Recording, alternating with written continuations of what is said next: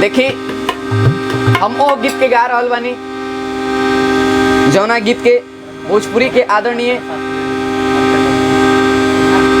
बहुत सुंदर लोक गायक अजय पांडे जी इस गीत के गौले रहे। एक पत्नी अपना पति से मिले खातिर कहतिया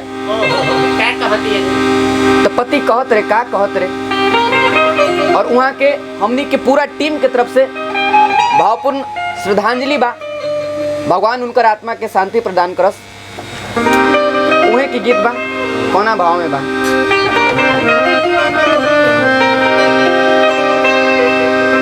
आइल बा कोरोना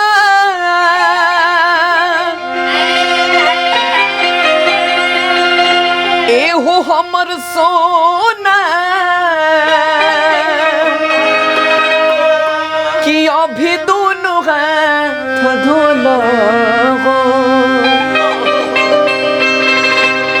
हरे लॉकडाउन टूटी तो मिले आई बुधनिया फोनवे पजान रोवा। बीरबल भैया कहे के बा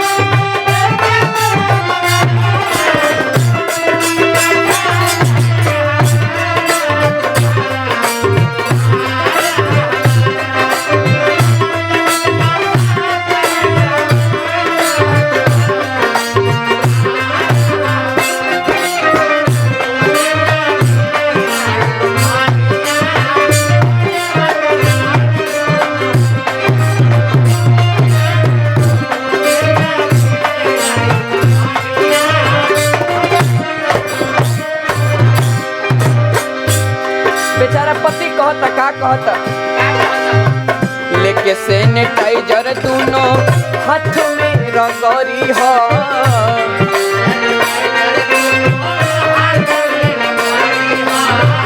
अपना सुरक्षा धन अपने से करी हो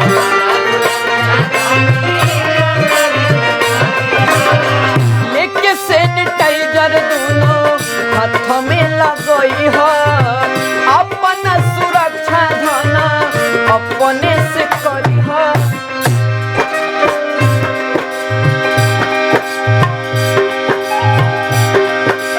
बेचारा मजबूर होके वहां से कहत निकाह कहत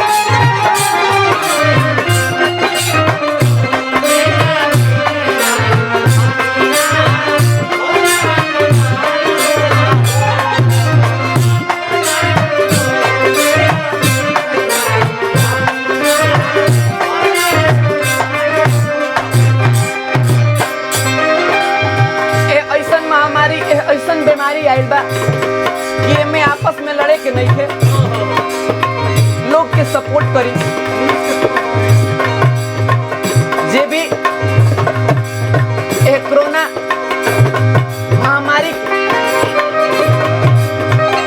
जितना भी लोग ग्रसित मानी वो लोग की सहायता करते हैं। पुलिस और डॉक्टर इन लोग के आप सब सपोर्ट करी, इस सबसे लड़ाई झगड़ा ना करी। प्रकाश भैया लोग कहलन का कहलन डॉक्टर पुलिस के हक करी हो सपोर्ट हो,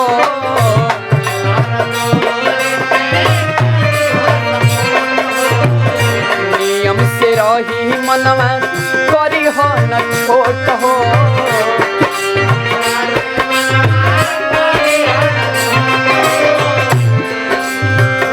डॉक्टर पुलिस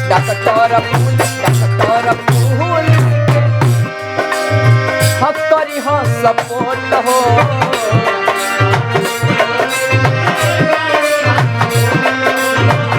नियम से रही हो मना